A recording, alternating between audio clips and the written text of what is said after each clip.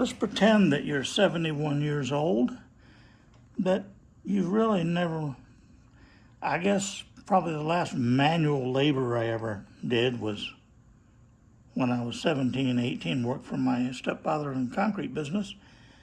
Since then, been a photographer.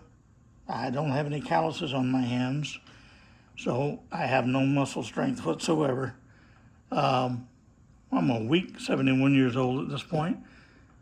But let's imagine that your bike's been sitting for about 3 months, and because it fell off a rack and had a leak that you had to fix. And the tires, for some reason, lost air. They went from 40 pounds down to 12. I can't find any reason for that. There's no holes, no leaks, no cracks or anything like that. But let's say you've got two almost totally flat tires, and you have a disconnected fuel assembly because it was leaking all over the place. You couldn't start it, it would blow up, catch on fire. You have this bike, and you're trying to put it up on the rack, your Harbor Freight rack, and you've got this big ass hump that you're trying to go over, and those tires just did not want to roll over that hump. They just didn't want to do it. And I tried, I was so weak, and Kathy kept saying, I'll push from behind to get up there. No, stop, I got to be able to do this myself. Well, I showed you about a week or so ago the Borland 2,500 pound winch that I mounted onto the Harbor Freight motorcycle lift rack that I have. And it had a bunch of wires and the boxes and everything that were hanging down and everything. So I cut the wires shorter.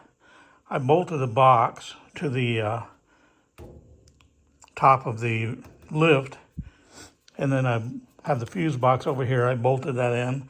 Everything's locked all in, and it's not in the way of the shackle that you use to tie down your motorcycle. And then I took an old charger, Ryobi charger, because I have a bunch of chargers up there. So I took an old one, I drilled holes in it, and wired it up.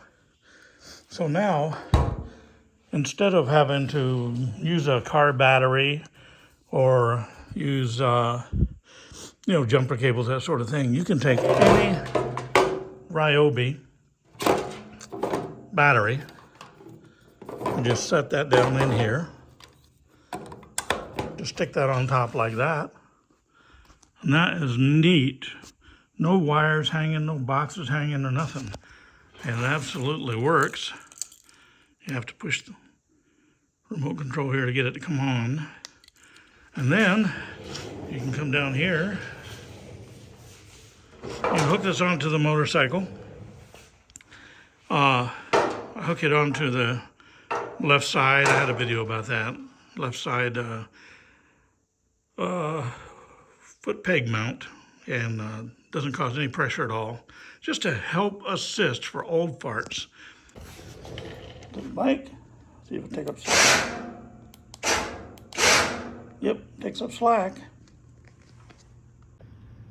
Got the remote control in my hand, and I got brake at the ready, and all I gotta do is hit the rewind.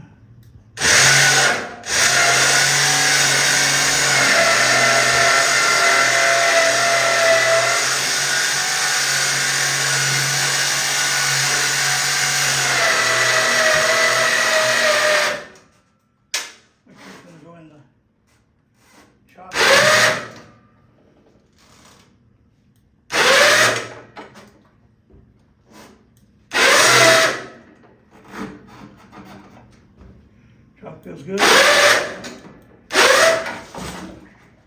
we go. We're in. That's all there is to it. No pushing, no yanking, none of that stuff. But I thought that was a neat little setup, considering that I did it. And just, if that battery dies, you just take that off. You want to use a bigger battery, make it go a little bit faster or whatever. You slide that battery in place right there. And then you just put the charger topper on there like that. This goes even faster. as if speed were the important part. But anyhow, I thought that was pretty neat.